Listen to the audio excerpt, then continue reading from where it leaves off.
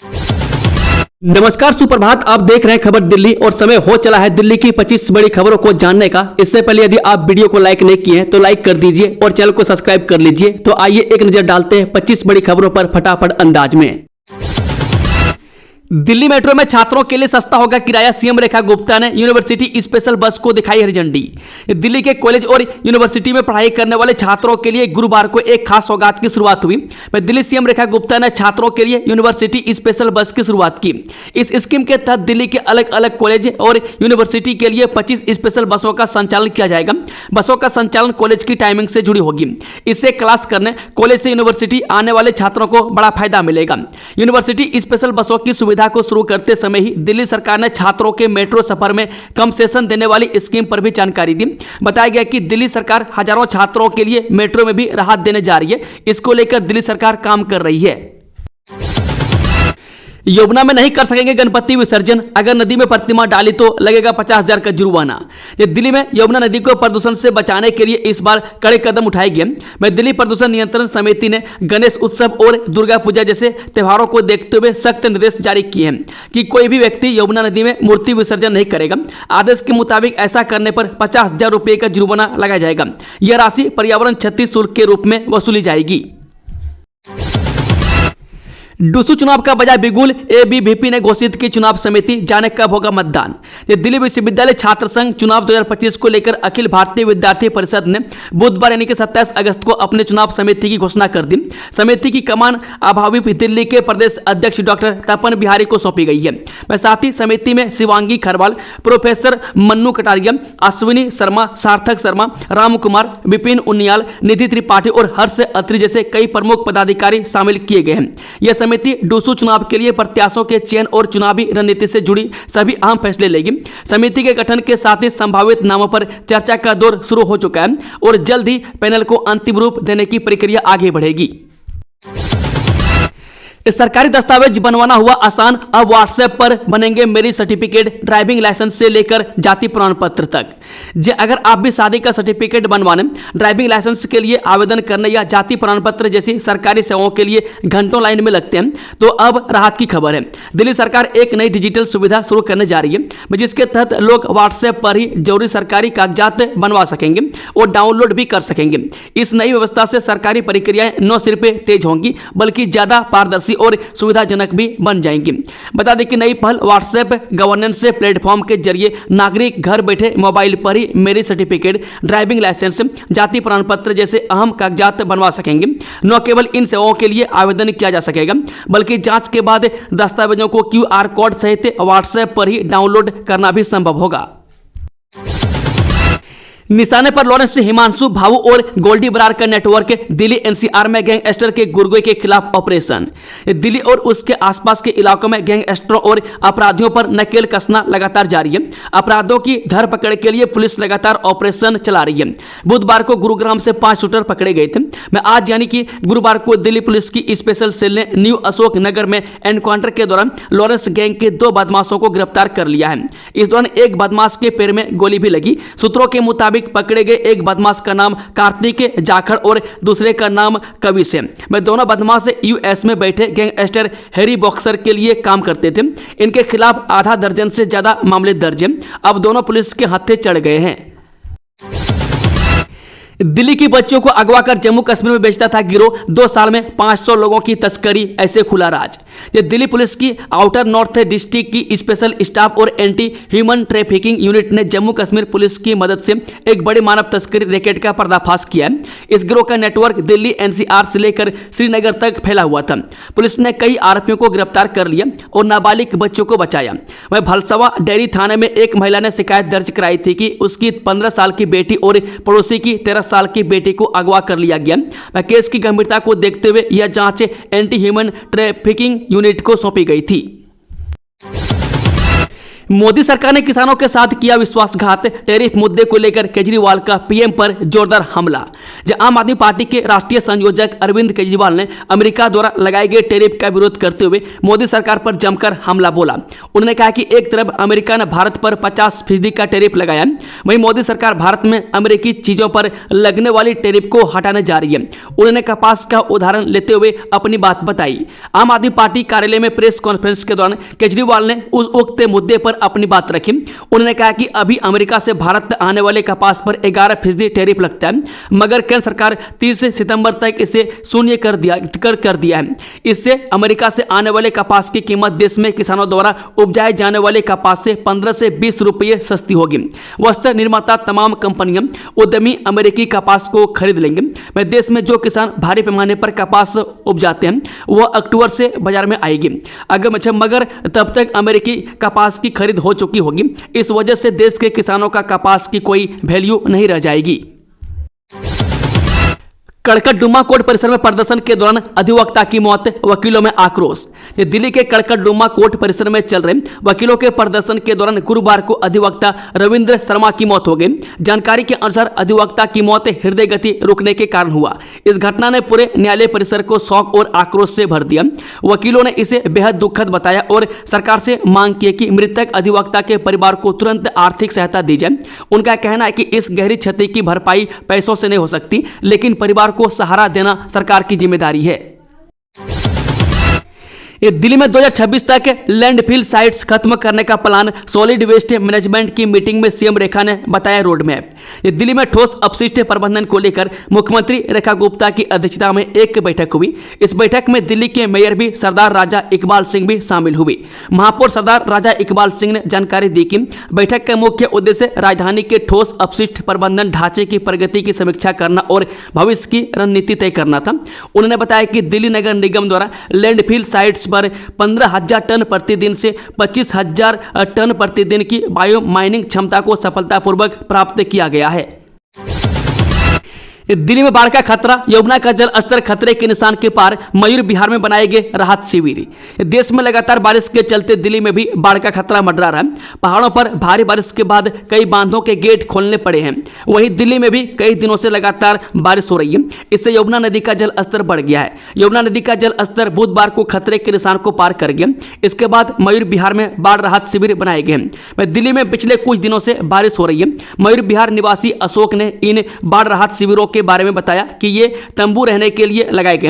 नदी के किनारे अपने घरों में रहने वाले लोग बाढ़ आने पर बाहर निकल आएंगे और इन तंबुओं में रहने लगेंगे।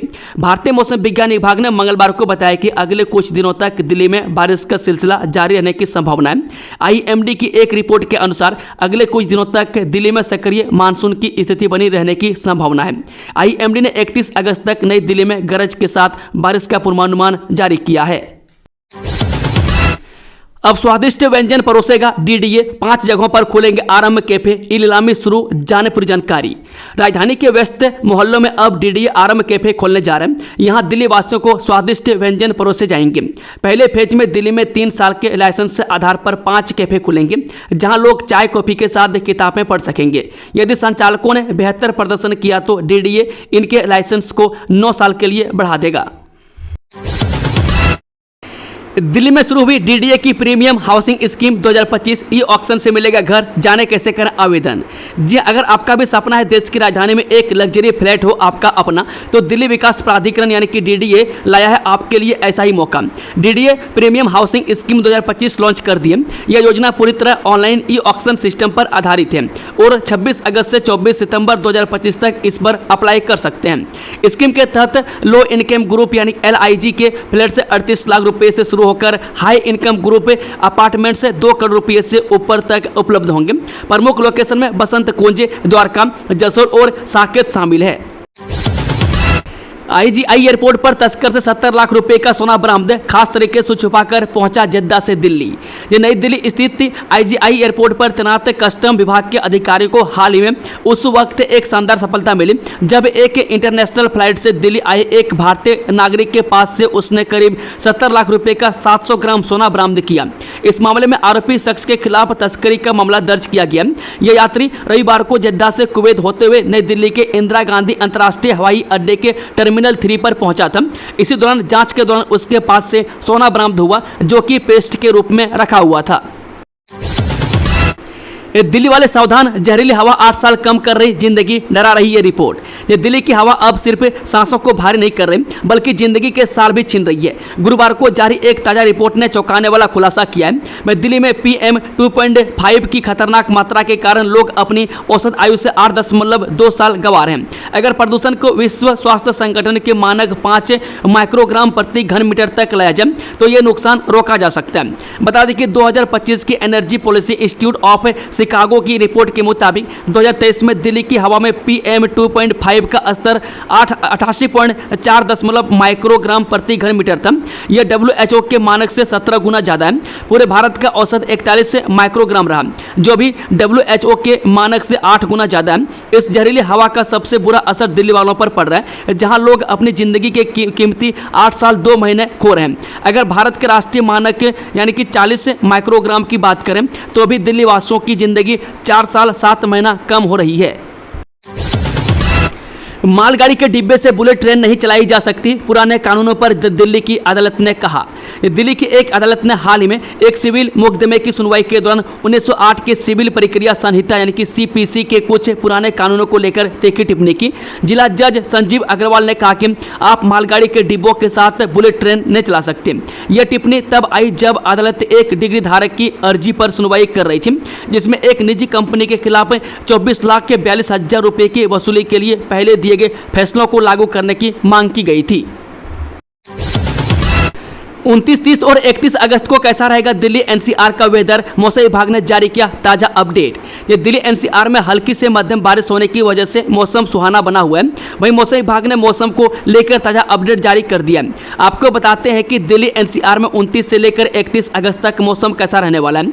मौसम विभाग की माने तो दिल्ली NCR में 29 अगस्त को हल्की से मध्यम बारिश हो सकती है। इस दौरान अधिकतम तापमान 33 से 35 डिग्री के बीच और न्यूनतम तापमान 23 से 25 डिग्री सेल्सियस के बीच रहने की संभावना मौसम विभाग ने जताई है। दिल्ली में मोबाइल फोन तस्करी गिरोह का पर्दाफाश, 8 बदमाशों का निकला बांग्लादेश लिंक। ये दक्षिण जिले की स्पेशल स्टाफ की टीम ने छीने और चोरी किए गए मोबाइल फोन को ठिकाने लगाने वाले एक अंतर्राज्यीय गिरोह का पर्दाफाश किया है। यह गिरोह दिल्ली की DTC बसों में सक्रिय जेब कतरों, लुटेरों और झपटमारों से चोरी किए गए फोन खरीदता था। फिर इन फोनों को कोलकाता के रास्ते भारत बांग्लादेश सीमा पार करके बांग्लादेश पहुंचाया जाता था। इस गिरोह को सीमावर्ती इलाके में रहने वाला एक शख्स चला रहा था। इसके बांग्लादेश में मजबूत स्थानीय संपर्क और रिश्तेदार हैं। आरोपियों के पास से कुल 294 मोबाइल बरामद हुए हैं। दिल्ली वालों को 17 किलोमीटर के अंदर भरना पड़ रहा है 2 बार टोल, फैसले को लेकर खाप 360 ने दिया अल्टीमेटम। जी अर्बन एक्सटेंशन रोड यानी कि UR2 के शुरू होने से दिल्ली के लोगों को बड़ी राहत के साथ एक परेशानी भी मिल रही है। UER2 दिल्ली की पहली ऐसी रोड है जिस पर आवाजाही के लिए राजधानी के लोगों को टोल टैक्स चुकाना पड़ रहा है। मुंडका बक्करवाला टोल प्लाजा पर मंगलवार को लोगों के विरोध प्रदर्शन के बाद राजधानी के भीतर टोल टैक्स वसूली का मामला गर्मा गया। वह गाँव देहात के साथ शहरी लोगों ने टोल वसूली का विरोध शुरू कर दिया। लोगों का कहना है कि लगभग 60 किलोमीटर दायरे में फैली दिल्ली की सीमा के भीतर टोल लगाना ठीक नहीं है, इसे तुरंत बंद करना चाहिए। गला घोंटू गैंग के सदस्य ने दिल्ली पुलिस पर चलाई ताबड़तोड़ गोली, मुठभेड़ के बाद 2 बदमाश गिरफ्तार। केशवपुरम थाना पुलिस ने मुठभेड़ के बाद गला घोंटू गिरोह के 2 सदस्यों को गिरफ्तार कर लिया। आरोपित को पकड़ने गई पुलिस को देखते ही आरोपित राजू ने पुलिस टीम पर गोली चला दी। जवाबी कार्रवाई में राजू उर्फ कंगारू के दाहिने पैर में घुटने से नीचे गोली लगी है। इसके बाद पुलिस ने कंगारू और उसके साथी को पकड़ लिया।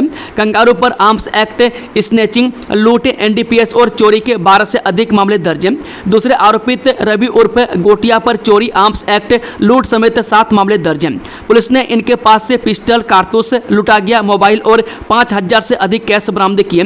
पुलिस ने आरोपितों के खिलाफ हत्या के प्रयास समेत संबंधित धाराओं में केस दर्ज किया है।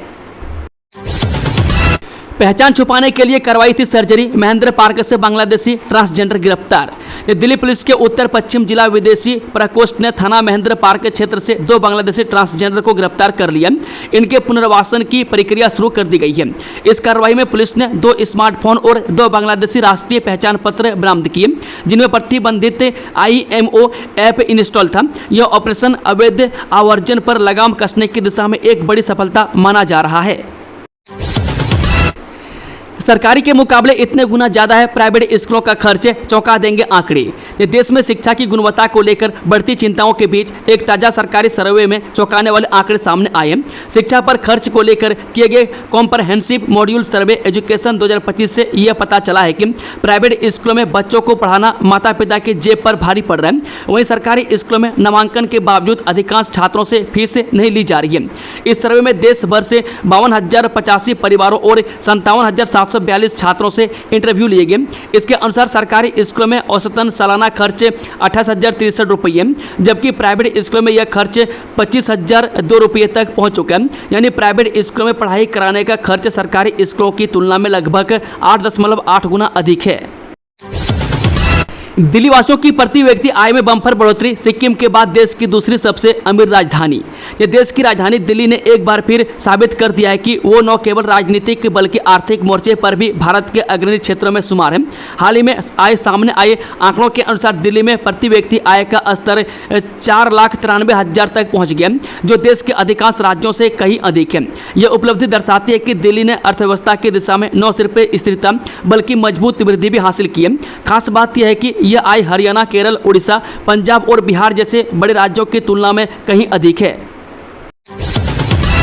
दिल्ली में MCD ने डॉग शेल्टर के लिए चुनी 5 साइटें। जो सुप्रीम कोर्ट के आदेश के 15 दिन बीतने के बाद MCD ने डॉग सेंटर बनाने के लिए अलग अलग जगहों पर 5 साइटों को चिन्हित किया है।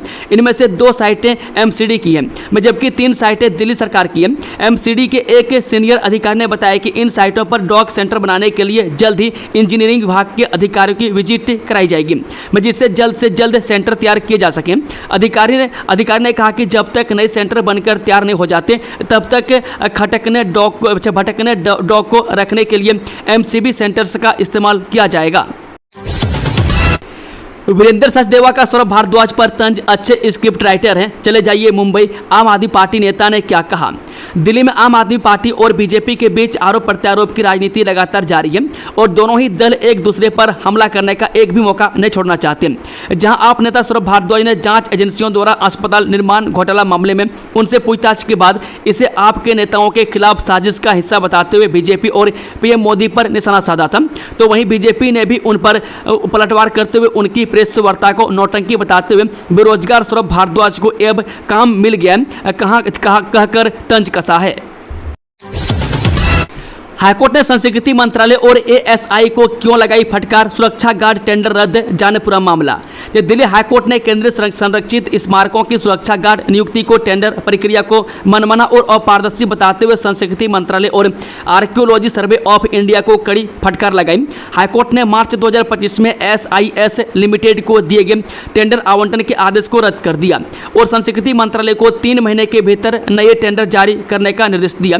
कोर्ट के चीफ जस्टिस देवेंद्र कुमार उपाध्याय और जस्टिस अनिश दयाल की बेंच ने कहा कि तकनीकी मूल्यांकन प्रक्रिया में न तो पर्याप्त तर्क दिए गए और न ही पारदर्शिता बरती गई। दिल्ली हाईकोर्ट ने यह भी माना कि ASI ने योग्य बोलीदाताओं को अनुचित तरीकों से बाहर कर दिया।